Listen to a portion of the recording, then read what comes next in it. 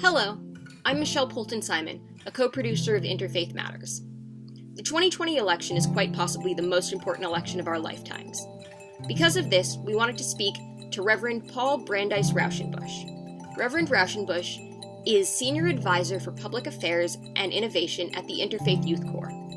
Before we dive into the episode, we wanted to let you know that we've included resources on voting in the episode notes. We've included links on voter registration, early voting, which begins October 24th in New York, and how to volunteer as a poll worker.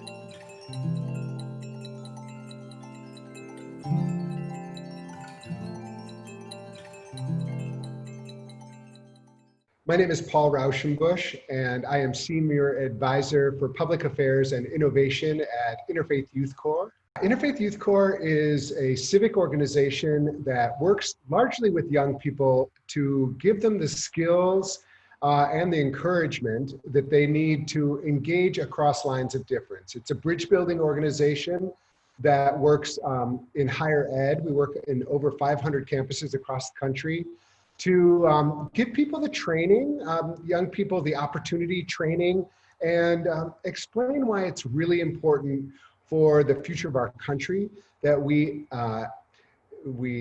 not only accept, but celebrate the fact that we're a very religiously diverse country. And by religiously diverse, I include humanists, atheists. We are a very diverse country, and that actually is a strength. And we are in the business of encouraging the recognition of that as a strength, and also improving the national dialogue about difference and how we can view diversity as a strength and the opportunity to reach across difference as one of our great gifts of this time. What are some of the ways that you've seen members of the interfaith community, particularly young members, working to increase turnout ahead of the election or getting involved with the election? We are seeing incredible activism across, just across the board. It is the response really over the last several years of young voters.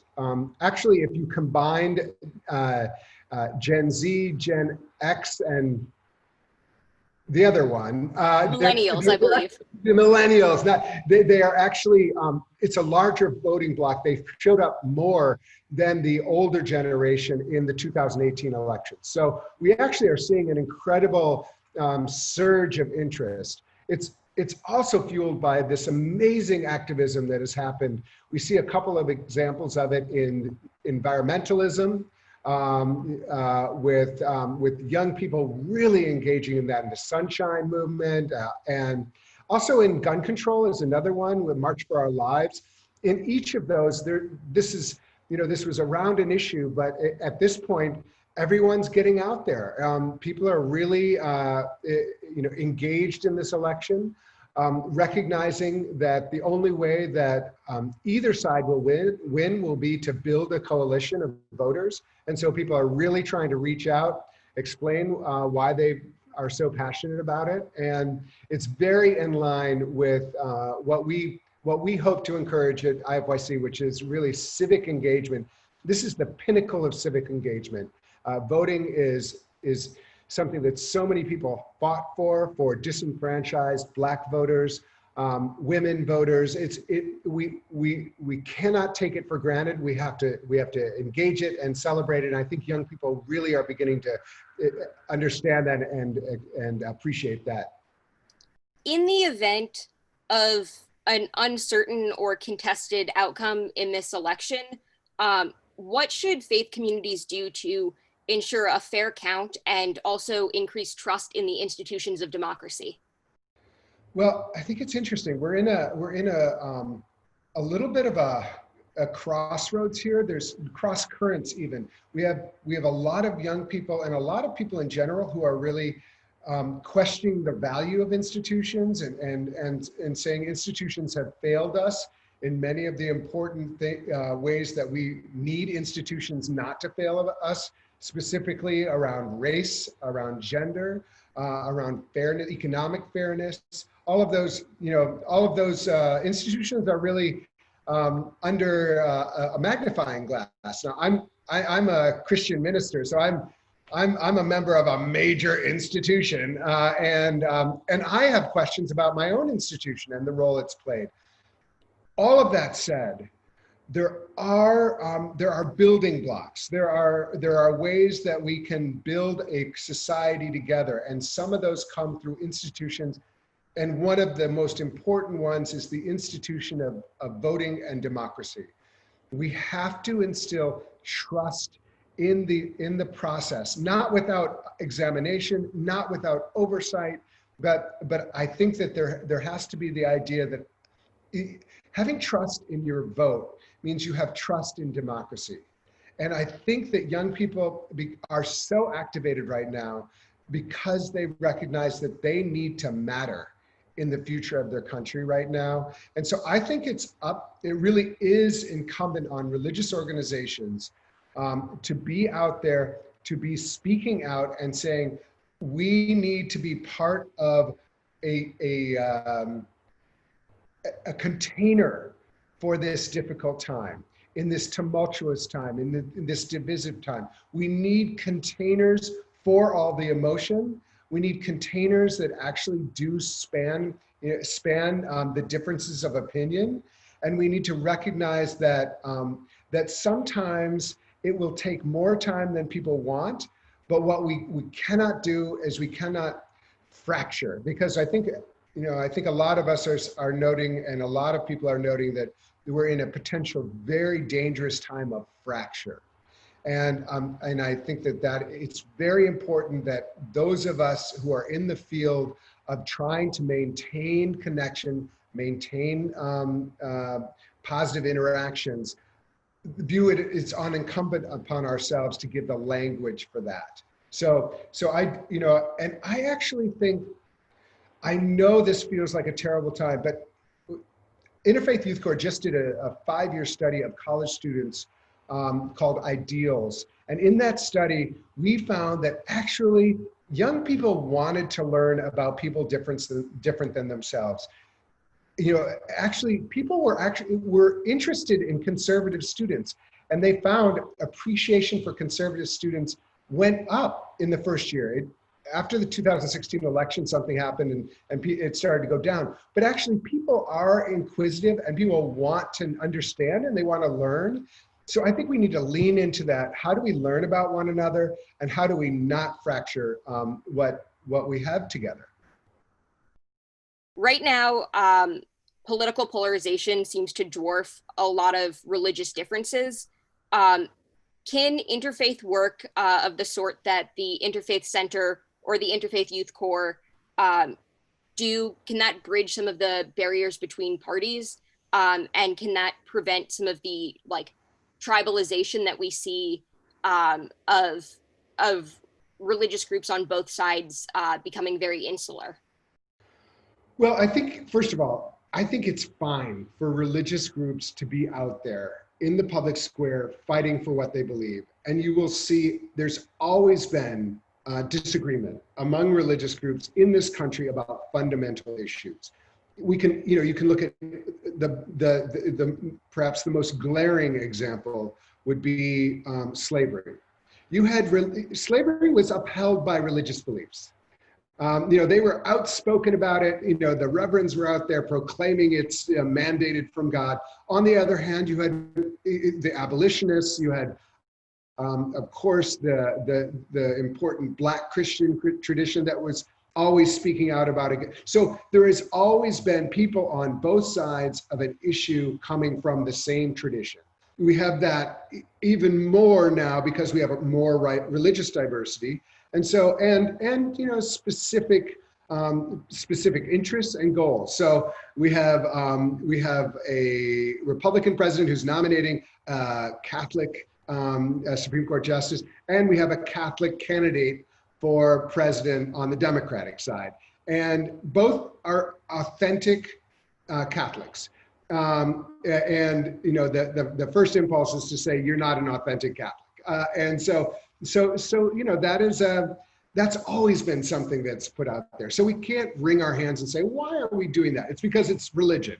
And it's because it's religion in the public square, and religion has always been in the public square. In fact, religion was the public square for many, many, many years. So that said, I think there is an opportunity, because the skill set for interfaith dialogue and the interfaith engagement, which allows for the fact that we're not going to agree. In fact, the good interfaith engagement says we're not going to agree, and we're not trying to agree, but we are trying to understand, and we are trying to find ways that we can work together. So if you're going into an interfaith dialogue, and you think that by the end of it, a Hindu is going to become a Jew, you're probably going in with the wrong aspiration for your interfaith dialogue. Although you can talk about how much you love being a Hindu and how much you love being a Jew. And if someone wants to convert, that's fine. But that's not the point of it. The point is to find, how can we work together? And I think that groups like the Interfaith Center, Interfaith Youth Core, are giving people the tools that they can use, which is listening, curiosity, trying to find out what they don't know, trying to be in an uncomfortable situation and yet not rupture. Those are tools that we can use in political spaces as well as religious spaces. And the truth is that, again, back to this ideal study, the truth is people want to learn that. People want to know that kind of stuff. And if we can promote that, then we are doing our jobs. If we can promote the idea of curiosity, and yet make space for passion, because we're going to be passionate about these ideas because they come from our central place. So there's got to be space for both. How do you think that, related to that, how do you think we find a balance between bringing our religious identities to the polls with us, or to our civic engagement, while not allowing the separation of church and state to tamp down certain religions, or prioritizing one religion over the others? How do we find that sort of balance in our public discourse around religious freedom? The foundation of the country is that we don't have a central idea. I know that people have been talking about there's a Christian nation, but there was an impulse to make it like an Episcopalian nation, that was rejected. We said, no, we're not going to privilege any religion. And at that time, they meant any Christian denomination, but we're not going to privilege any religion. One of the great tasks of Christians in this country is to recognize that they need to, step out of the center and join hands with a circle of people, which is not a diminishment. That is a recognition of our divine right to be part of a circle, but not to assert authority over. Now, we're always in tension, because all of us want to influence. We want to exercise, and if we weren't coming from strong moral beliefs and moral ideas, then we probably wouldn't be considering ourselves religiously, but we are. And so that's a good thing. Again, the separation of church and state, or mosque and state, whatever you want to say, it's really meant to make sure that the state does not privilege anyone, and to keep the state out of the religion. Because once the state becomes in religion, it can dictate to religion, and it can dictate what is dogma. It can dictate. So none of us really want that, even though we might think we want that. We don't want that. And so we can bring our full selves with recognition that other people are bringing their full selves too, and recognition that both of those are fine. And we're not going to, no one can cancel one another out because they're the real thing. And that is tempting. And there's been wars fought about it. The religion that's been the crux of so many wars, and we want to avoid that mistake. It does not mean that we can't speak out of our moral authority, but everyone should have the right to go to the polls with their identity fully intact. What we're seeing actually this year, which is interesting, is how seriously the Biden campaign has taken religion. They have really reached out to religious communities across the country. They just launched a humanist for Biden, which is the first time any campaign has launched anything like that. But there are Jews for Biden, there are Sikhs for Biden, there are a lot. Whereas the Hillary Clinton campaign really didn't go down that route. They didn't hire a faith outreach coordinator. Biden isn't seeding religion. And likewise, Trump is accentuating religion in his own way. So they're both making their religious case very clearly, and both certainly have a right to do that. And religious people have a right to respond out of their deepest identity, which for many people is their religious identity. We know that voting is only one of the ways to shape this country. What other suggestions do you have for young members of the interfaith community looking to fix what they see as problems in this country? Go local. Okay, I'm going to say two things. I'm going to say go super local, look around your neighborhood, what's going on, where are the cracks? Where's the fracturing? Where's also potentially the injustice? And by that it can mean things like policing or other things, but it can also be who's getting their trash picked up. Go into it and try to figure out what's going on, and then build coalitions across lines of difference. Ground your interfaith work in understanding the difference, and also recognizing that you can work together on issues of your community that are important. The other thing that IFYC, Interfaith Youth Core, is really investing in right now is digital interfaith leadership. Meaning, show up online, and if you see someone attacking someone for their religion or for the way they look because they have a hijab or a turban or a yarmulke or wearing a cross, say, no, we're not doing that. We need to be the voices that show up in spaces, whether that's a chat room, social media, and say, hey, this is not the way we want to be. So every time you open up your phone, every time you walk down your street is an opportunity to show interfaith leadership in your community, whether that's a digital community or an in-life community. So you do not have to wait for an organization to say, hey, you want to join our interfaith group? That's not the way it's going to happen. You create it. You can do this. That's the final message is you can do this. You can make a difference. And the tools you need are empathy, curiosity, and a little organizational work, and get out there and make it happen. And you can be hyper-local, and then you can also be incredibly, you can be universal almost with your digital work. Great. Do you have any recommendations for resources we should include with this episode, or resources that faith communities can seek out to both help with voter turnout and to help with these other sorts of issues? Well, for voter turnout, I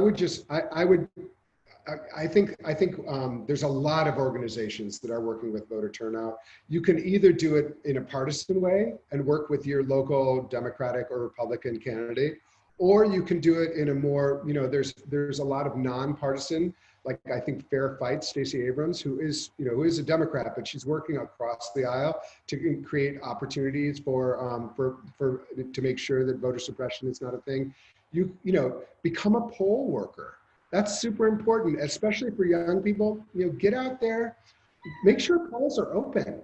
Something that, in the primaries, we had sometimes a third of the polls were open or less. We need polls to be open. If you feel healthy and you feel like you can put on a mask and do that, you get paid. It's not just volunteer. So I think that's really important. If you're looking for ways to imagine how you want to engage across lines of difference and to kind of begin your journey as an interfaith leader, IFYC developed something called We Are Each Others, which is it's an experience that you go through. It's based on the Gwendolyn Brooks poem, and she was an African American Chicago poet who said, we are each other's bond. We are each other's neighbor. We are each other's future. And so that's the genesis of it.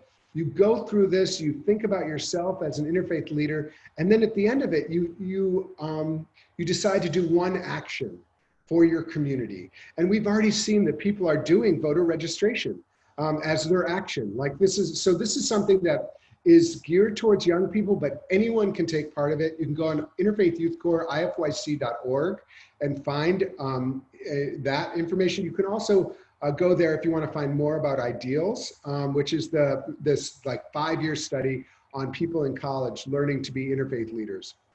Great, thank you so much. I think that's really like the end of the questions we wanted to touch on. Is there anything else that you think our audience should know, or anything else you want to share?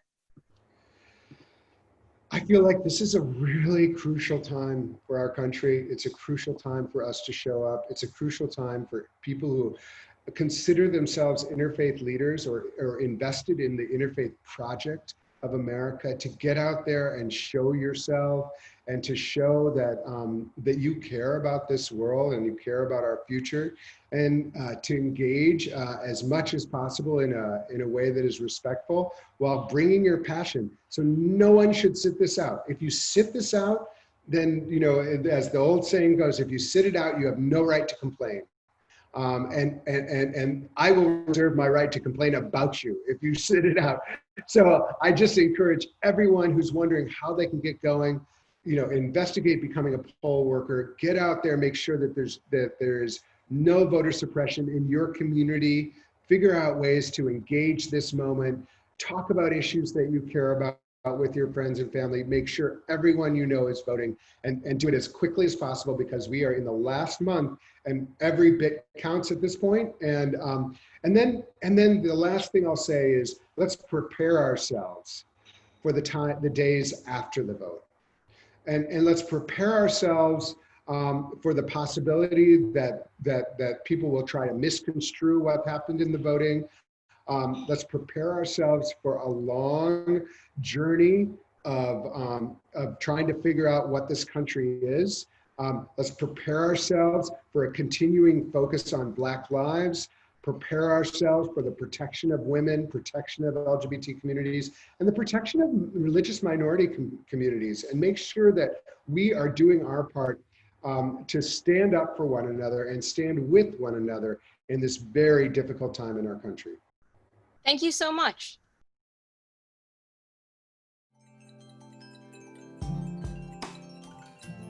Please check the episode notes for resources on voting, including early voting, which begins on October 24th. Remember, your poll location may be different for early voting, so be sure to check. Interfaith Matters is co-produced by me, Michelle Polton-Simon, and AJ DeBonis, and executive produced by Kevin Childress. You can learn more about us on our website.